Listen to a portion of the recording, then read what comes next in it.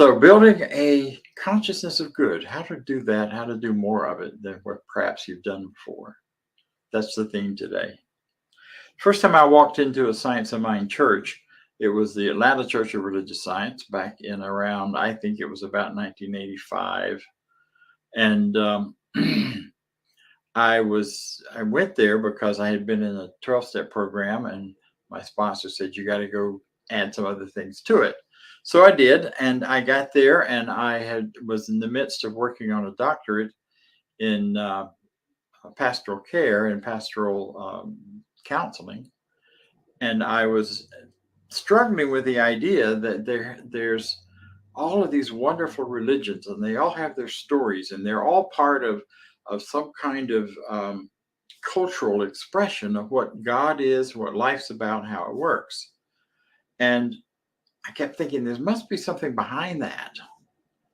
And I've been writing about it and doing some research in the library about it, trying to find what that might be. I walked into the Science of Mind Church that Sunday and heard Kennedy Schultz talking about something called spiritual mind treatment, which sounded like bringing in the white coats guys. It wasn't. It was simply a very specific way of talking about prayer, and prayer that isn't about making God do something or getting God's attention, because obviously he's not paying attention. He is not paying attention. It's a he God up there somewhere. Not that at all. Instead, it's a process for changing our minds, building that faith, that thing that Maya was talking about, where our beliefs really do matter and manage our physical and experiences in the life and in the world. And I don't remember much about what he said, except in my mind, I'm like, okay, this is a bunch of hocus pocus, and I'm going to prove it real fast, and it either works or it doesn't. And if it doesn't, I'm out of here. Because I'd already had a stint as a minister in another denomination, and I'd gotten pretty well burned out, and not only burned out on the activity of that, but in the belief systems of it. So I bought a little booklet by Raymond Charles Barker called How to Do Spiritual Mind Treatment. And I think it just says treatment on it.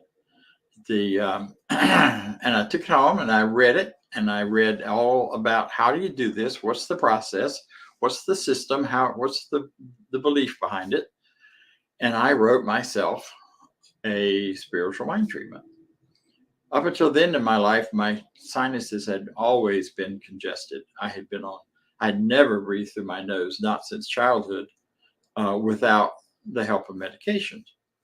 And even with that, it was often a struggle and often difficult. I seem to be allergic to everything. So my treatment talked about how there's only one power, and that power is life, and it's bringing life to all parts of me. It went on and talked about that therefore my body responds perfectly, and since it's all made of God, there's nothing in the atmosphere, the universe, the world around me that could do harm to me or even wanted to. And I created this whole image of my sinuses being lined with Teflon. So little pieces of pollen wouldn't stick, and other things wouldn't stick, and everything would go clean and clear. And I wrote it, and it was a bit facetious, actually, the way I wrote it, because I was like, okay, we're going to this. I don't really think this is going to work, but let's try it and see. And I made the commitment to do it every day. I read it every morning, and I would work it out. I was intrigued enough that I kept going back on Sundays, coming in late, sitting in the back, leaving early before I had a chance, anybody to try to get me to be a member. Oh my goodness.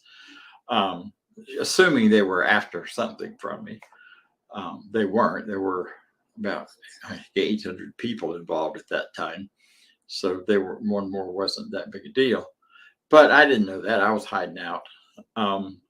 So what happened was, after about 6 weeks, I noticed I wasn't taking my as needed medication to keep my nose clear. I just had forgotten about it because I wasn't using it anymore. And in another week or two, I was not taking any medication for sinuses, for allergies, for any of that. And I was breathing free and clear through my nose. And I went, oh dear, this is wonderful. And this is calling forth something new from me that I never imagined myself to ever be doing, which is diving into a whole new way of thought and living and faith. So the science of mind for me, and at that moment, became a curiosity, a challenge, and a very big part of what was to be the rest of my life. Since then, I went on to classes. I went on and dug into the teaching. I read everything I could find about it. I got to know some people in the group, and slowly we began going to brunch every Sunday after church. That was our social life, part of our social life. And my life began to change and transform. I began to do things and participate in things before that I never imagined I could do. I knew I wanted them. They talked about this conference out on the West Coast and at a Cedarmar, this beautiful location. And I thought, I don't have the money for that.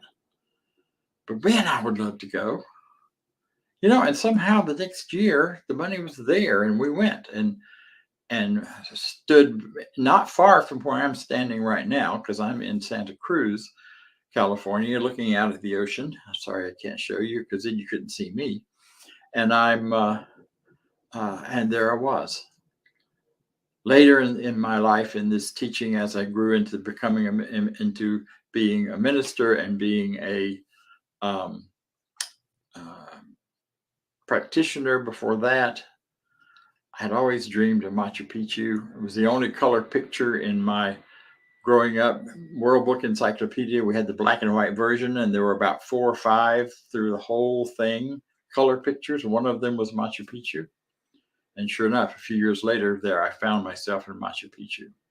Now, none of that just happened magically. But what happened was I changed my consciousness and my belief systems so that these things begin to unfold for me.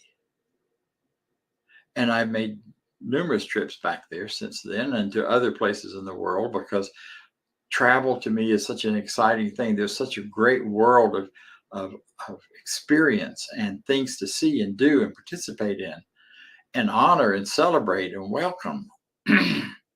And that had been my life dream and goal.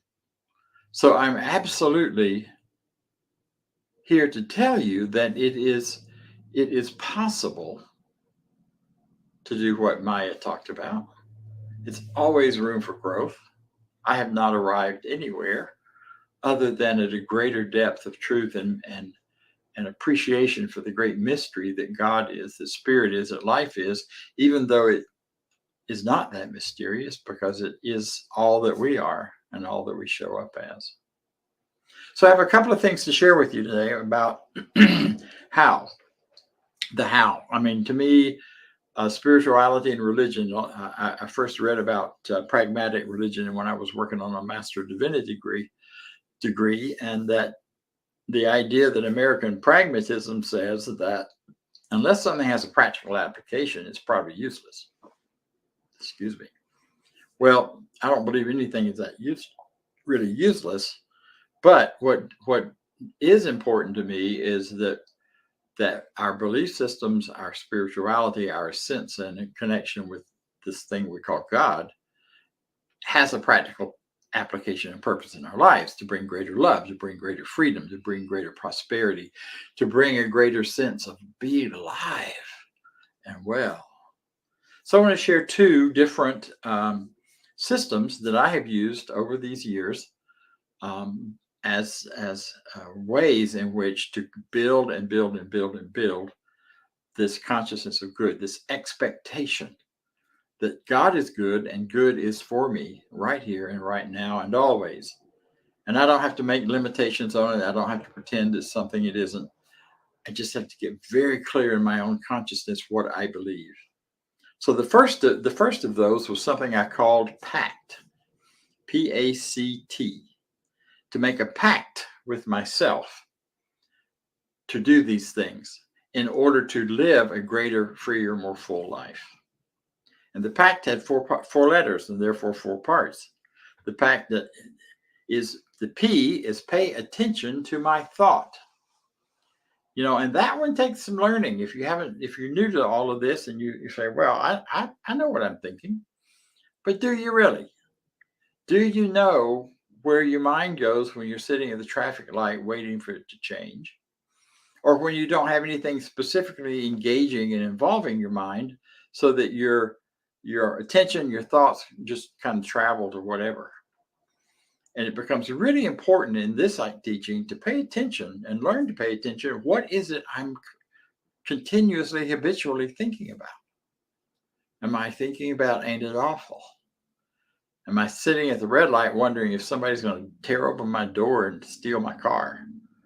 Am I wondering or just ruminating in my head about the past, things that used to be, things that used to happen, and things that might be the same or different or worse in the future? And I suggest you do that to begin with. And encourage people and myself. I carried a little 3x5 card in my pocket, and at random times of the day, when I would think about it, or I had an alarm on my clock on my watch that would go off at different times, and it would go off. And at that moment, what am I thinking about? Oh, wow, and write it down. So I begin to gather information in terms of paying attention to my thinking, and with the intention and the idea that I would move toward greater thinking about my good, not about the problems that might be going on. And also just to give me a picture of myself. What's going on here? The A of pact is one that Kennedy Schultz used to talk about, and I loved hearing him talk about it.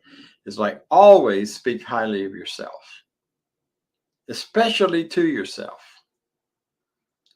But he would go on to say, but maybe not in public, because it's always socially acceptable. It's not socially acceptable to always speak highly of yourself, but it's always spiritually necessary.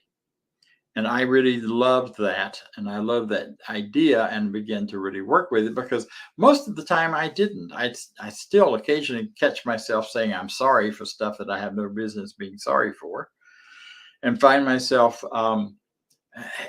back in those early days, though, I really did not think too much of me. And I was one of those people who hid in the crowd. I could be in a group of people, go to a dinner party with a group of people, not say a word and be invisible, and people not even realize that I had been there until it was all over and I was gone. And then as I began to wake up and pay attention and always speak highly of myself in my own mind, I began to realize that what I had to say mattered, what I thought mattered. Not only to me, but it might matter to someone else. And so I began to share it. And my life went through a whole transformation where I'm now standing in front of a camera talking to you, looking at the beach. I mean, it's pretty wonderful. And never in my wildest dreams back in those days did I think I would be doing this kind of, anything like this kind of life or this kind of work. Always speak highly of yourself, to yourself and to others, because that has changed in our world. Depending on the tone and the way in which you do it, to speak highly of yourself to other people is really okay these days. It changed and transformed, as did the method for noticing and paying attention to your thoughts, which we've all got cell phones now. We have all sorts of ways to track what we're thinking and doing. And I encourage you to consider doing that. So pay attention to your thinking, always speak highly of yourself. And then the C is put consciousness first. And it's a kind of a fun little reminder that in the word react and create has the same letters as react, but the C is in the front of the word and not buried in the middle somewhere. So always when something's going on, when you see a problem, when there seems to be something messing up in your life or in the world, go to consciousness. What's the consciousness behind that? What's the thought? What's the belief? What's the feeling? What's the idea? And as you start to pay attention to that, your consciousness begins to grow and expand. And you begin to be aware that oh my goodness, I have this habitual thought of being a victim of my world not working because I'm being victimized, or I'm victimized by what's happening. And as we get clear about that, we begin to have the opportunity to make different choices, to stop ourselves, to use interruptions in our thinking to get away from that. One of the things I learned in the 12-step program was to if you're going to obsess about something, why not obsess about a good idea? So when you find those things just rolling around in your head, replace it. Instead of, oh my God, oh my God, oh my God, something terrible is going to happen. But that there would be a really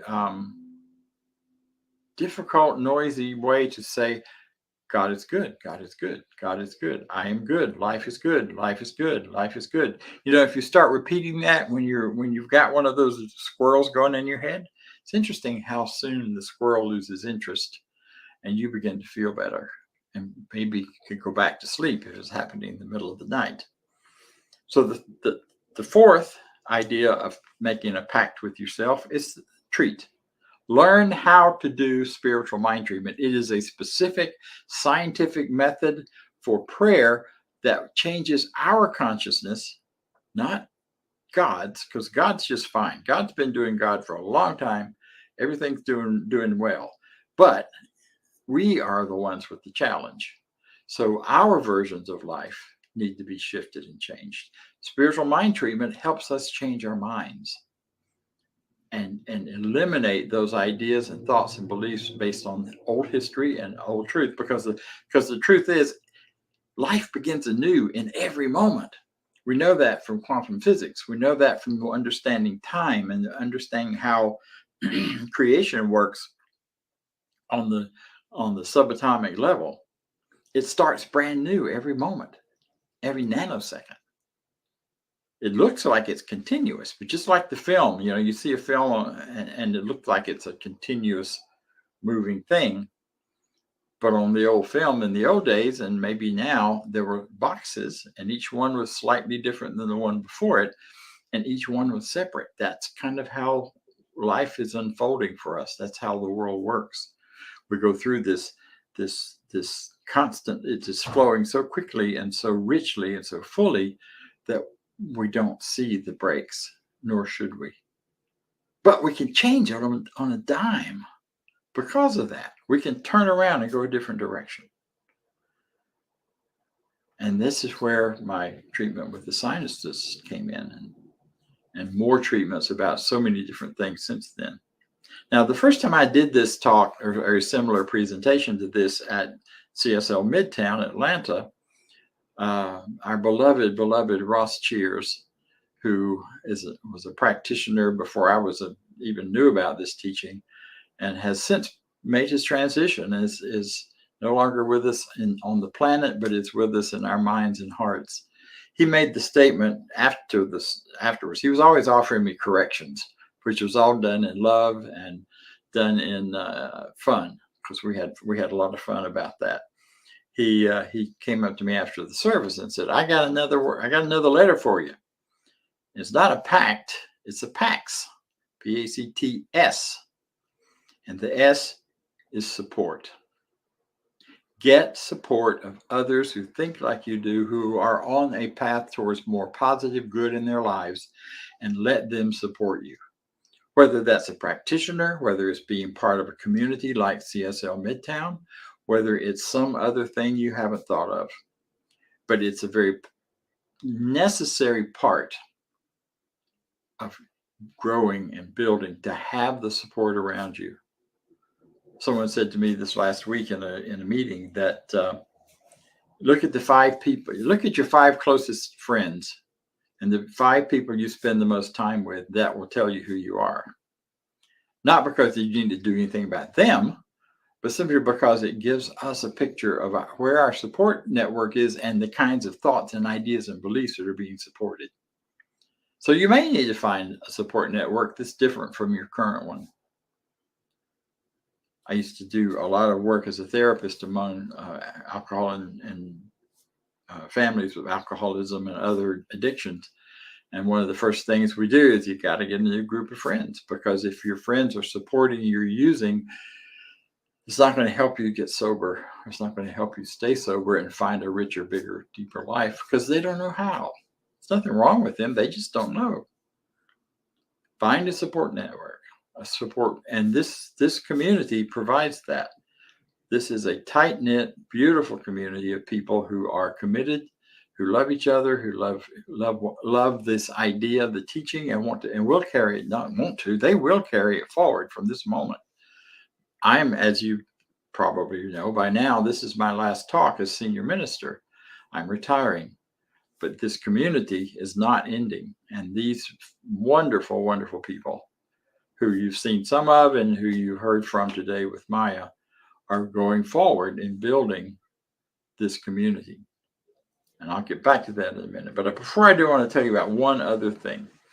In terms of growing that expectation of good, that expectation of life being what you want it to be, there is, my apologies. I just distracted myself. Mind is a terrible thing to waste.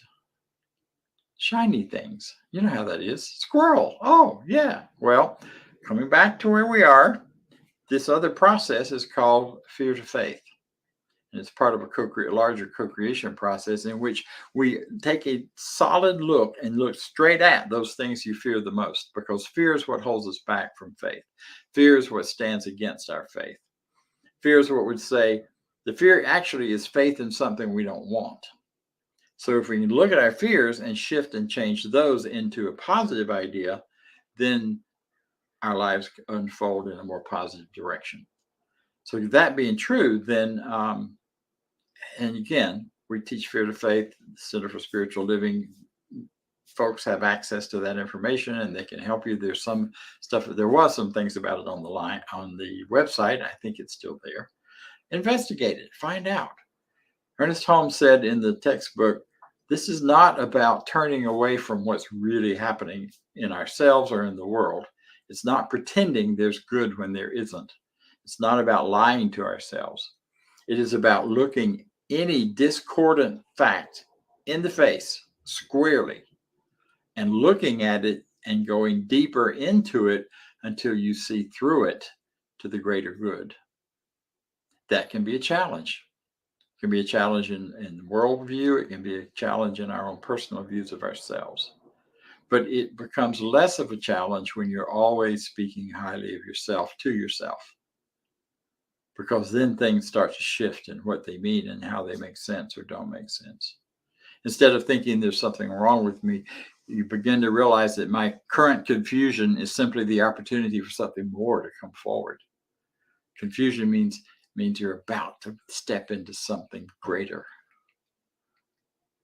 Not knowing means there's something within you that knows that's ready to reveal to you, and it's not going to be based on the past and what you used to think. Something in you knows the better idea. So, as I said, this is my last talk as your senior minister. I have some mixed emotions about that. I'm very sad and I'm very happy because I'm stepping off into a new adventure of my own as a retired minister. Well, there's no such thing as retiring from ministry, but there is there is such a thing as retiring from particular assignments or jobs, and that's what I'm doing. And as you go forward as a community, and I think as our whole movement goes forward as a community, there is one vitally important thing that has to happen for it to be successful. So get out your pens and paper. Here it is. Most important thing to do moving forward is to move from a minister-centric organization to a community and mission-centric organization. Other mainline denominations learned that a long time ago. And the ones that have continued to be successful are the ones where everybody knows the mission and purpose of why they're there. Whether the minister up front is somebody they like or don't like, they're there because it is purposeful and they're on a mission to be part of something. For us to, as we move forward, and as this group, and we have, as I said, we have a strong leadership group here.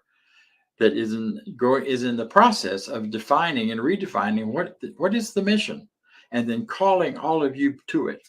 So whoever you are out there on listening, whether you're one of the regulars on our meeting in person on the first Sundays of the month, whether you are someone who just watches once in a while, whatever your role, however this is influencing you, I invite and encourage you to let this community become part of your support network, and to become part of the support network to the community, as the mission and vision of teaching spiritual principle in a way that brings change to everyone's lives continues to go forward. See, you're the best. You're the best at the Center for Spiritual Living.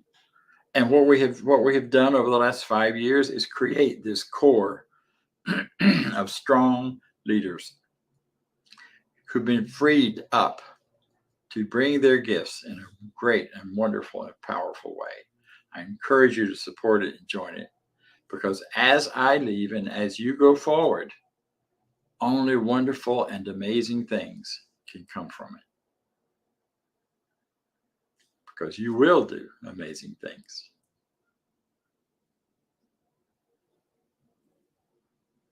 Polsky. Amazing, amazing, you will do amazing things. Amazing, amazing, you will do amazing.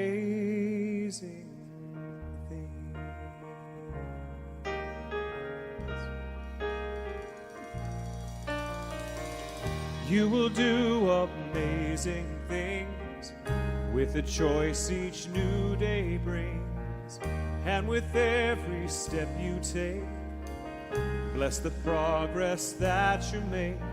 The reason you live is there in every gift you give.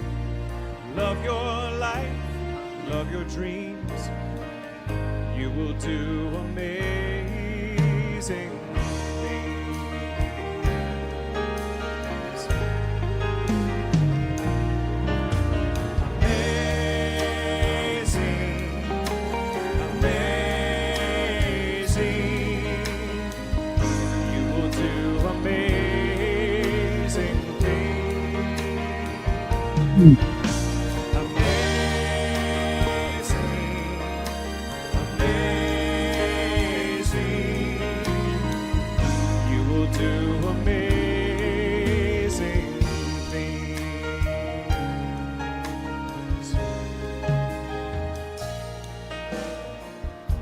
The places you will go and the people you will know. Don't worry when, where, or how. You don't need to know that now. You're on the right track. No need to look ahead or back. A nice big schedule. This day brings, and you will do amazing.